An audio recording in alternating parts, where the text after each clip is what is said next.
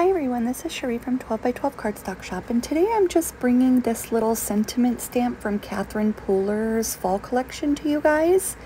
And we're going to use embossing powder and an embossing stamp by Tim Holtz. It's the Tim Holtz Distress Embossing ink. This here is by EK Success, and it's baby powder in there, I believe. But it's a powder, it smells really good, but it keeps your glitter from the embossing glitters from sticking to the paper any place but where the stamp has been used. Now this is just one color of embossing powder. There are tons of them. This is just a small portion of mine. You can find them at Joann's, Michael's, Hobby Lobby. Amazon even has them. That's the new Glow in the Dark by WOW. I'm not sure if it's WOW. That's what I heard somebody call it, but it's also WOW to me. And there's my Tim Holtz Distress Embossing ink. I just have the mini pad because for my sentiments, I don't need a large pad if I'm just doing one small little stamp.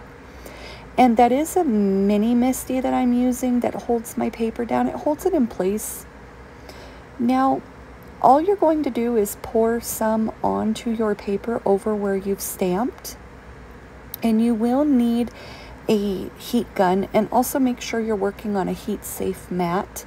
Even a silicone cooking mat is fine, just anything that'll absorb heat, because it will ruin whatever you're working on. If you're working on wood, it will ruin the wood. My mat has taken quite a beating from the heat, and that's why I'm thankful I use it, but just please be safe. And the gun is hot to touch, so do not touch the end after you've turned it off. Now this one came from Amazon. It has 2 settings. I also use it on my epoxy. The reason I'm doing a voiceover is so there isn't, you know, the dead silence with that loud. It's not super loud, but it's probably loud in your ears. And you're just going to hold it a ways back from the paper because it will discolor and burn the paper. And you're going to go over it until it hardens and it ends up turning really shiny and reflective, and that's how you know it's done. I don't hold my gun in one place. I move it rapidly. And the video is sped up, so it actually does take probably about a good 20 seconds for it to harden. But it gives you a nice shimmery finish, and nothing stuck around the stamp because I used that little baby powder in a bottle thing.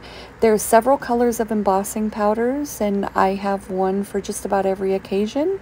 So go ahead and give it a try and have fun with it. Thanks for following, guys.